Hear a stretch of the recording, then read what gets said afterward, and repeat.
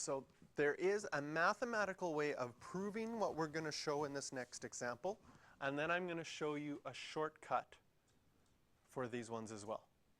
So mathematically, it says factor out the highest power of the whole thing. So if we look in the whole fraction, the highest power is an n. And if I factor out an n out of the top, I'd be left with just 2 plus 3 over n divided by n.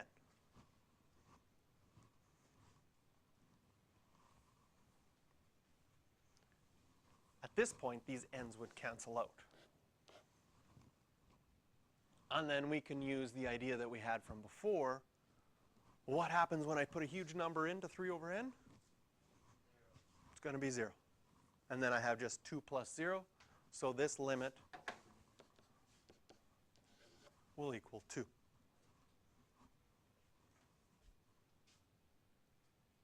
The shortcut for these ones is if you just look at the expression and look at the highest power. The highest power on the top is an n. The highest power on the bottom is an n. And so I'm just going to think about that. I'm not going to worry about the 3. Because if you get to huge numbers again, adding 3 to a very large number isn't going to make a huge difference. Person has $2 million, you say, hey, I've got something for you, you can make $3. They're not going to give you very much time. They're going to say that doesn't matter. Right? And the same thing here, this plus 3, once we get dealing with really, really big numbers, doesn't really matter.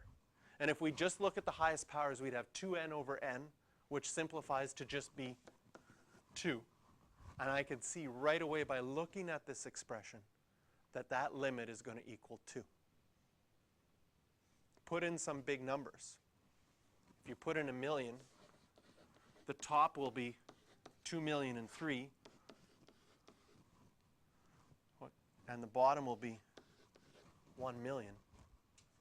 Mental math, what's that close to? Really close to 2. So a shortcut is just to look at the highest powers, and from there you can decide, hey, it's just 2n over n, instead of factoring it all out. Okay?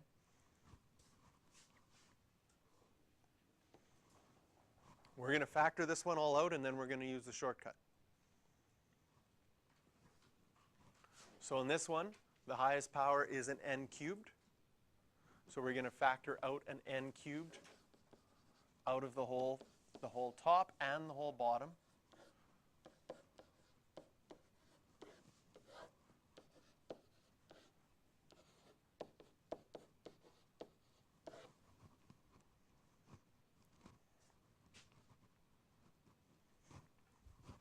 These would cancel out. And whenever you're dividing by a high power, that's equal to 0. So you can see that the top is just going to be -3, and the bottom 8.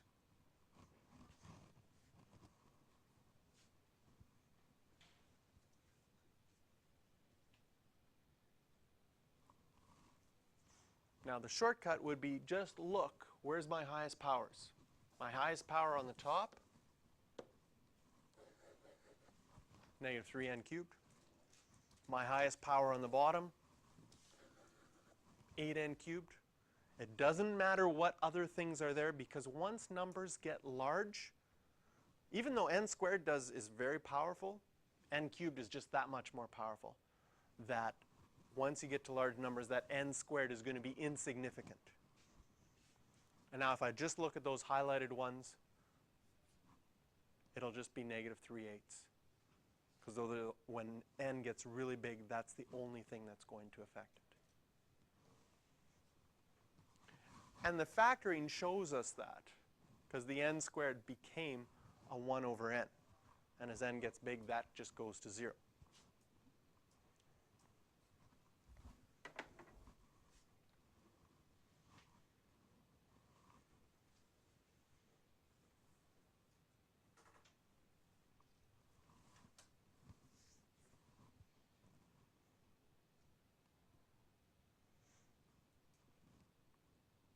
What do you guys think?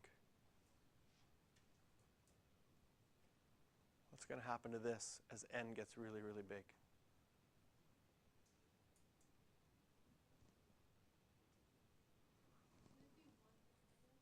Could it be 1 or negative 1? Because it's flip-flopping, right? Every time you put in a positive, an even number, it's going to be positive 1. Every time you put in an odd number, it's going to be a negative 1. Even numbers are 0, 2, 4, 6, 8. Odd numbers are 1, 3, 5, 7. So if it's flip-flopping, and for a limit to it exist, it needs to approach one number. So this one, because it's flip-flopping between negative 1 and 1, we would say that it does not exist.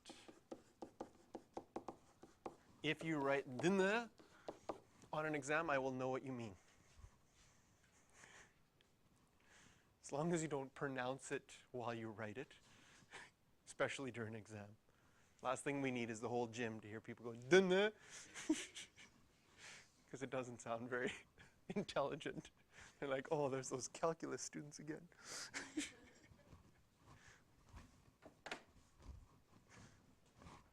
So this one would not exist because it's alternating between negative 1 and 1.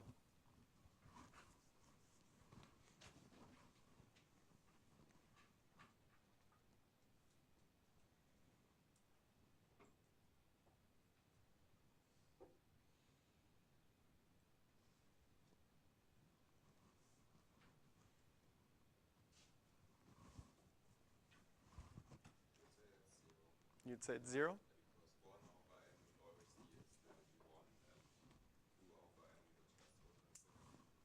So we're looking at it and saying that if I did this, I would have 1 over n and 2 over n. And this will always stay 1 on the top. And the bottom will just keep getting bigger and bigger and bigger and bigger. Yes. So that's equal to 0.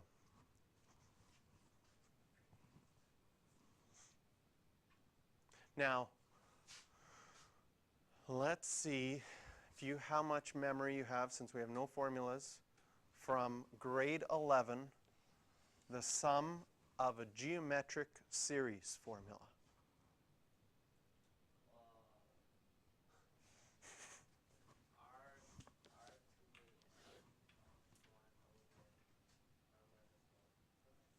Something like that. There's often a 1 minus r on the bottom.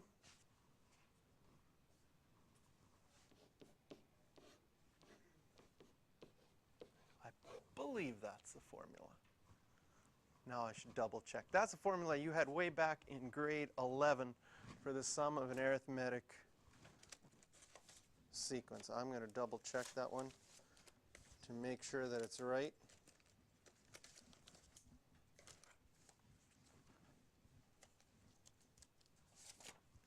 Now, in grade 11, you also learned, or is this in grade 12? It's grade, that's grade 11. Yeah, that's a long time ago, right? You can't remember that kind of stuff. But in grade 11, you also learned limits. And this formula is easier to remember. What does it look like?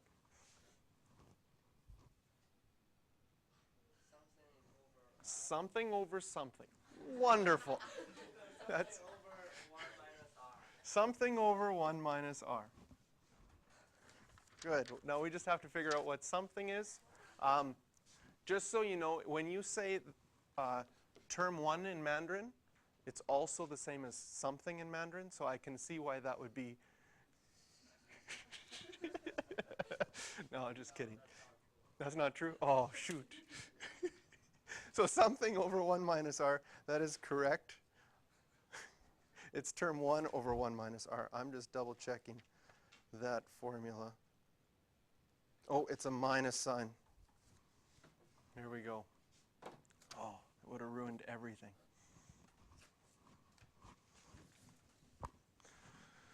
Now, the way that you go from here to here is you let n go to infinity. And we learned that this formula only worked if our R value was less than 1, some sort of fraction. In fact, we said the absolute value of R had to be less than 1.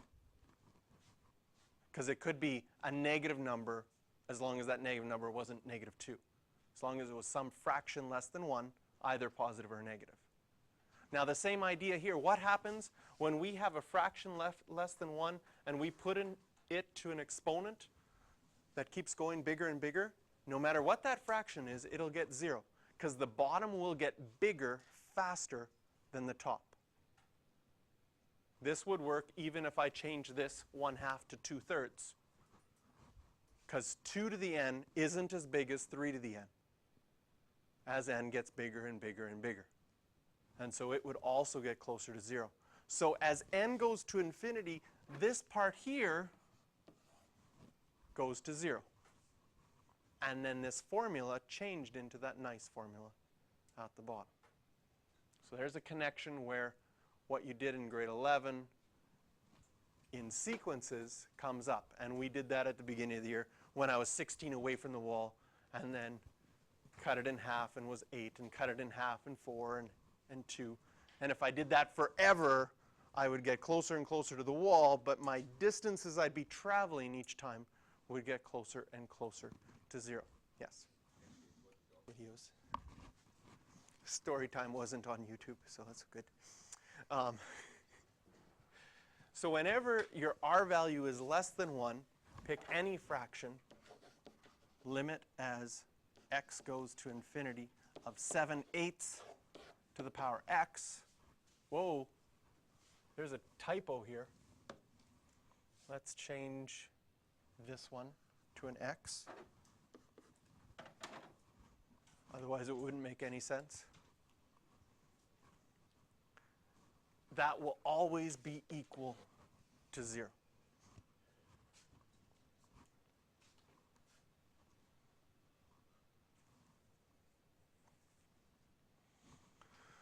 So we have things happening to infinity when you're going to infinity and going to negative infinity. You can also have things happen to infinity when you go to 0. So what happens when you divide 1 by a number that gets closer and closer to 0? Well, first of all, we know that you can't divide by 0, right? Is this something that you've just been told, or could you come up with a logical reason why that's not allowed? Or is it just something, oh, I know, I've got that calculator that I get electrical shock from when I divide by 0? Or do you have a reason? It just blows up? It's just, that's math. Things blow up. Mm-hmm. Yeah, so we got 6 divided by 2 is equal to 3. That's allowed. Nobody blew up.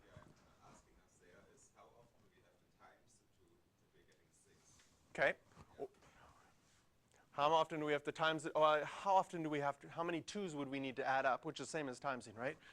The 3 means that if I take 2 and add it 3 times, I get 6. Or, yeah, sure, 6 divided by 0. Well, maybe you just don't have perseverance. Maybe you just have to keep trying. You work really hard, you add up a bunch of zeros, and you're like, oh, I'm not done yet.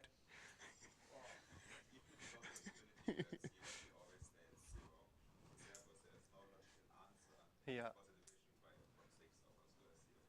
So we would say that this limit goes to infinity. Because if we got close, technically it does not exist. Technically it does not exist, because if we went from the left side and the right side, one side would go to negative infinity and one side would go to positive infinity. So for example, this one does not exist if I look at what happens as I go to 0 from the positive side. I'll leave the zeros up here at the bottom in case someone's still doing mental math. If we go to 0 from the positive side and we had like something like 0.1, well, you could get to 1 by only 10 times. If you had 0.01, 1/100th, you'd need 100 of them to add it up. As it gets closer and closer to 0, the more numbers you would need. So from 0 plus, we would say it's infinity, because it would get bigger and bigger and bigger. If we went to it from the left side, that would be a small negative number, negative 0.1, then negative 0.001, then negative 0.000001. If we would look at that one, we would get negative infinity. So for this one, the best answer is does not exist, because we can't say either infinity or negative infinity, because that depends on which way you're looking at it. If we look at it graphically, 1 over x has asymptotes.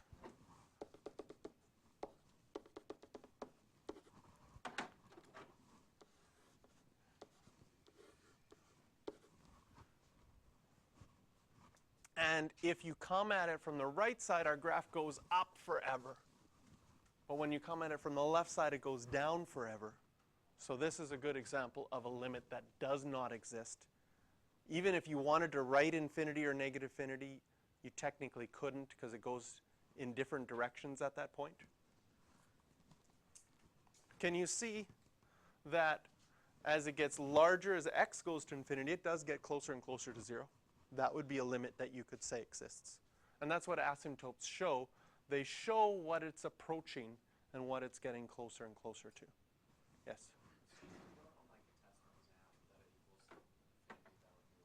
In this case, it would be, because the left limit and the right limit are different. So if both of these limits both went to infinity, then you could, and you're writing it that way to be, even technically infinity is it does not exist at any time, but this case it would be different, because the left side and the right side with the negative make a difference. So 0 gets a little bit tricky with that. So take some time. We're going to take a little bit of time to try some of these ones on 1.6, and then we'll get over to some new definitions.